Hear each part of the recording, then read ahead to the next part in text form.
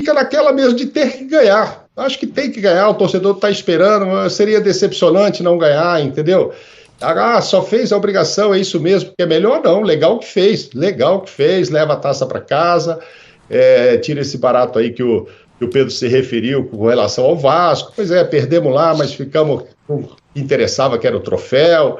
Enfim, ganhar é sempre muito bom. E o Flamengo não pode perder essa oportunidade nem do próprio campeonato agora, nessa fase.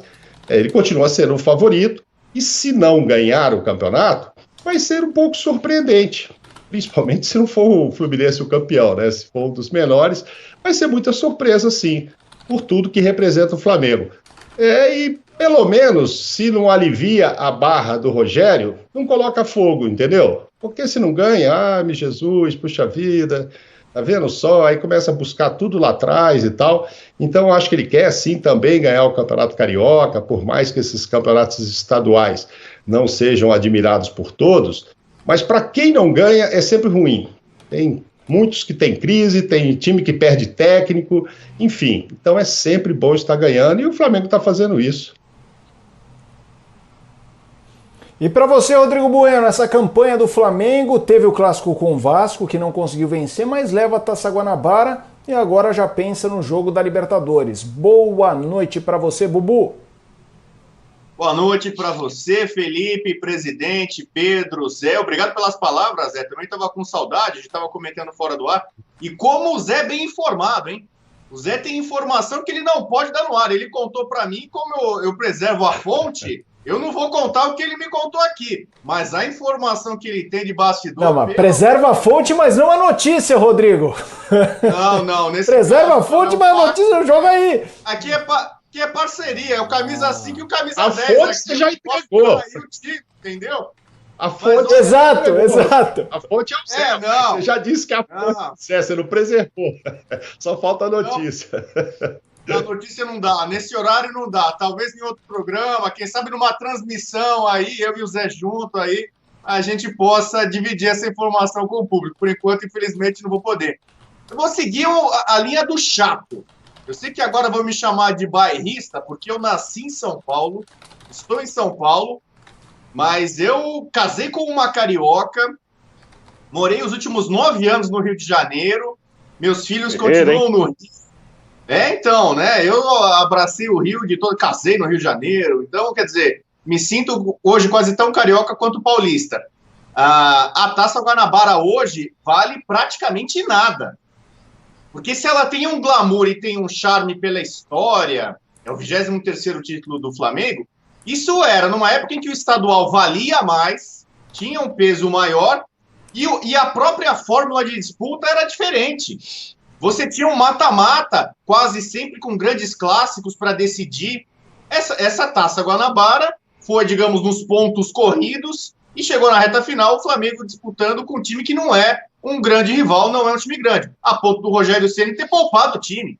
O jogo do título, entre aspas, né, da conquista, né, foi feito com um time alternativo. Michael acabou brilhando, aproveitou a oportunidade. Gustavo Henrique, que já foi muito criticado, participou bem até de lance ofensivo, a gente vai discutir mais o time, Vitinho, né? Então, o Rogério Ceni, que tem uma cultura mais do futebol aqui de São Paulo e não entendia muito o valor da Taça Guanabara, infelizmente para ele ganhou uma Taça Guanabara tanto quanto esvaziada, com 2 grandes times na segunda divisão, o Botafogo e o Vasco, que derrotou inclusive o Flamengo.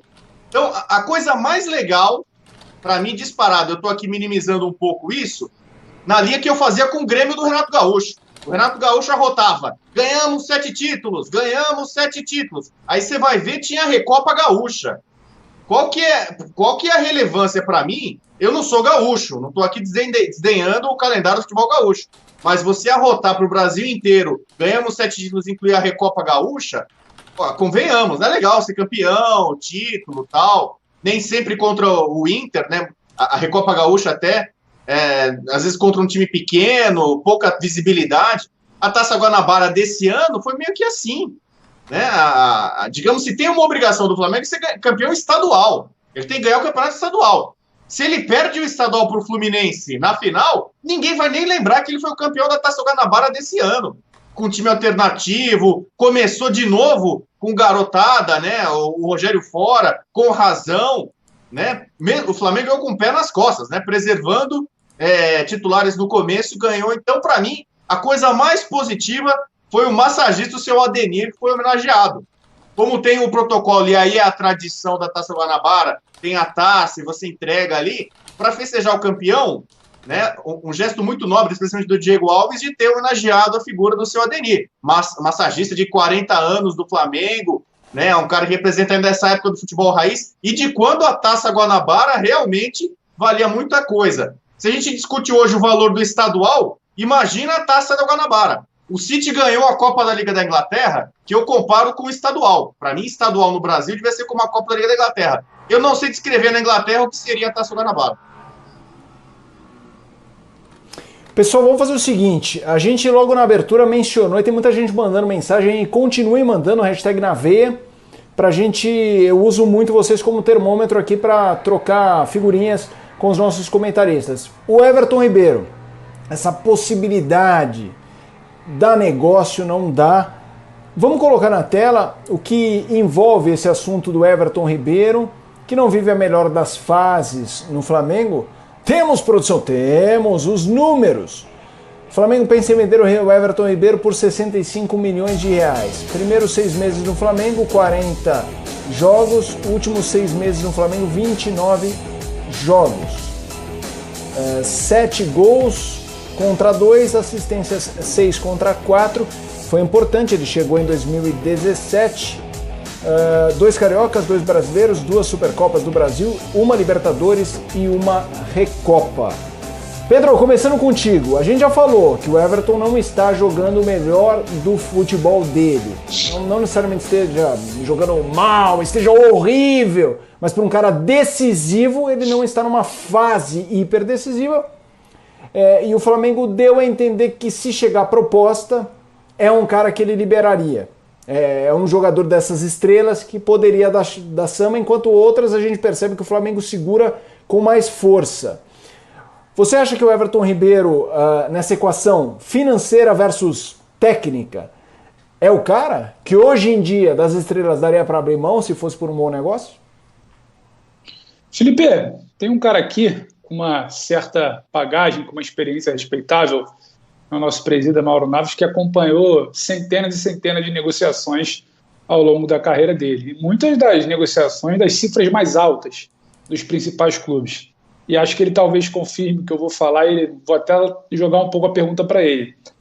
Para ver uma negociação desse tipo, depende fundamentalmente da vontade do jogador. O jogador, ninguém coloca a faca no pescoço de ninguém e fala você vai sair, não te queremos mais. Eu estou falando tudo isso para explicar. O Flamengo não decidiu e topa negociar o Everton Ribeiro por uma situação de fechar a caixa, claro que vai ser muito importante, mas o Flamengo decidiu principalmente porque o Everton Ribeiro topa sair do Flamengo nesse momento. E isso já vem desde o final da temporada passada, quando ele começou a enxergar com bons olhos uma volta ao mundo árabe, foi muito feliz lá, tenta aumentar sua independência financeira, pensa no futuro da sua família, acho tudo isso legítimo. Aí você começa uma temporada e novamente ele não consegue igualar aquele bom futebol, então aí pesa tudo. Você pode fazer caixa, você pode se desfazer talvez de jogador que não vem entregando e pensar num outro modelo de time, você pode entender a vontade do jogador, respeitar e tentar um fim de casamento, que é muito bonito o fim de o casamento Everton-Flamengo é muito bonito, mas talvez seja a hora de repensar. Então tudo isso parte da premissa que o Everton também topa sair. O Everton planeja, não é algo que vai pegá-lo de surpresa, não é que chegou uma proposta do nada e ninguém estava esperando. Então, como o Everton já topa sair há alguns bons meses, o assunto volta à pauta agora. E agora, claro, a partir de um entendimento do lado financeiro do clube, do lado esportivo, você começa a juntar as coisas. Uma venda de mais de 60 milhões seria muito boa. O Everton Ribeiro, talvez deixando o time, não seria a perda mais sentida, como poderia ser um Rodrigo Caio, um Gabigol, um Gerson. Então você começa a casar as situações, você chega a esse cenário. Só que é bom lembrar também, no final da temporada, quando tinha aquela janela de dezembro e janeiro, se foi falado isso, não chegou a tal proposta, na época ali na casa dos 40, 45 milhões. Agora se fala em mais 60 milhões, a cotação mudou também. Vai chegar essa proposta, é um outro passo. Agora, se dá esse cenário por conta disso, não tem exatamente um retorno esportivo que já teve em outro momento. Everton Ribeiro, jogador de seleção, ídolo, líder técnico do time, não é mais isso exatamente. e também uma vontade do jogador. E quando o jogador tem essa vontade, direciona toda a situação. Mas eu acho que tem um outro passo aí, que é chegar a essa proposta. Acho que o que o Flamengo quis dizer não é exatamente que vai resolver tudo. Vende o Everton que não entrega, bota dinheiro em caixa, mas há uma possibilidade. Se tem um jogador para sair hoje ali, é o Everton. Tem uma vontade dele, tem uma perda técnica nos últimos meses, talvez de um ano para cá, então acaba gerando esse cenário. Eu acho que... o seguinte, eu vou até, já que o Mauro foi citado, eu vou jogar para o Mauro, mas Bueno, pode ficar tranquilo, você não precisa nem esperar eu chamar. O assunto é Everton Ribeiro, é a estrela do Flamengo que hoje, para fazer, caso eu precise fazer caixa, é o cara que seria mais, a palavra dispensável não é legal, né? Mas eu seria um cara que pesaria um pouco menos em função do que está jogando em comparação aos outros. Mauro, você começa. Eu acho que assim, nessa época de pandemia, né, principalmente, não tem esse cara que seja inegociável, né? Tudo depende do preço que aparecer, né? Qualquer clube aí está precisando de dinheiro, mesmo os que estão numa condição melhor, por exemplo, o caso do Flamengo. Mas todo mundo vai ter um buraco aí para cobrir. Você quer dizer que é o que menos faria falta? Talvez agora, né? Entre as grandes estrelas, talvez agora, porque a gente está vendo ele no momento de baixa, né?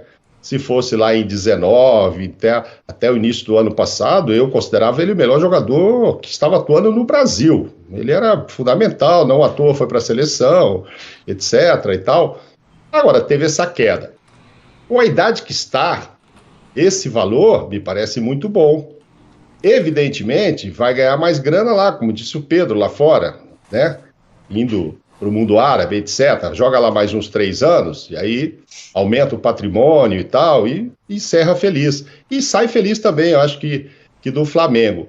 Assim, a gente sempre elogia e muito o elenco do Flamengo, porque são vários ótimos jogadores, né? E ele é um deles, que no momento está em baixa. Então, por isso, talvez o torcedor diga, puxa vida, que menos vai fazer falta. Não sei, ele jogando tudo que jogou no ano passado, no início e 19, ele faz falta demais. O Rogério já disse que não tem substituto para ele e para o Arrascaeta, mas é evidente que se hoje você chega para o torcedor, tem uma proposta para o Everton, outra para o Arrascaeta, ou para o Gerson, que seja, não, que vá o Everton e tal, por causa do momento dele. Ele já teve um momento em que ele pareceu ser mais fundamental. Agora, como disse Pedro, né? Será que tem mesmo essa oferta? Já chegou? Ou é assim? Se aparecer, o jogador aceita e o clube também não acha ruim. Ok. Mas, de repente, não vai aparecer, como não apareceu uma menor no início do ano. Então, às vezes a gente discute uma situação que não está para acontecer. Mas, caso apareça, eu acho que os dois vão ficar felizes. Ele, pela idade que tem, pelo que pode ganhar lá fora, e o Flamengo, pelo dinheiro que seria pago, sendo aí esse valor. Eu acho que vai agradar aos dois. Como vai substituí-lo? Rogério disse que não tem jeito. É o Vitinho, mas o Vitinho é outra característica, etc. Vai buscar o meia no mercado? Provavelmente não vá. Vai usar esse dinheiro para outras dívidas, para outros pagamentos. Vai continuar o Flamengo forte? Sim, vai continuar o Flamengo forte. Mas menos forte, porque mesmo não estando num bom momento, isso aí você sabe que de um mês para o outro pode mudar tudo e ele voltar a ser o que foi e era peça fundamental. Acho assim, eu sou muito fã dele. Eu me lembro que antes de vir em 17 para o Flamengo, ele esteve perto de ir para o Palmeiras. E aí eu soube, pelo lado do Palmeiras, que não, mas a gente não está precisando de ninguém nessa posição e tal, é caro, não interessa. Eu acho que vai para o Flamengo mesmo e tal, e veio para o Flamengo. Não sei. E Everton Ribeiro jogaria no Palmeiras. Mas esse que jogou no Flamengo jogou muito. Mas ele mesmo em uma fase, né, Mauro? Ele mesmo em um momento ruim, ele preocupa os adversários. Ele é o jogador que você não pode deixar sozinho. É um cara que taticamente, às vezes, tecnicamente ele não consegue desenvolver o seu futebol, porque tem marcação, tem movimentos, tem tudo isso que o futebol muitas vezes, né, apresenta para os jogadores, e nós estamos acostumados a vê-lo jogar de uma determinada forma, e quando ele não consegue, a gente não, está em má fase, mas a gente esquece que do outro lado também tem jogadores e treinadores que estudam e que fazem de tudo para não deixar esses caras jogarem.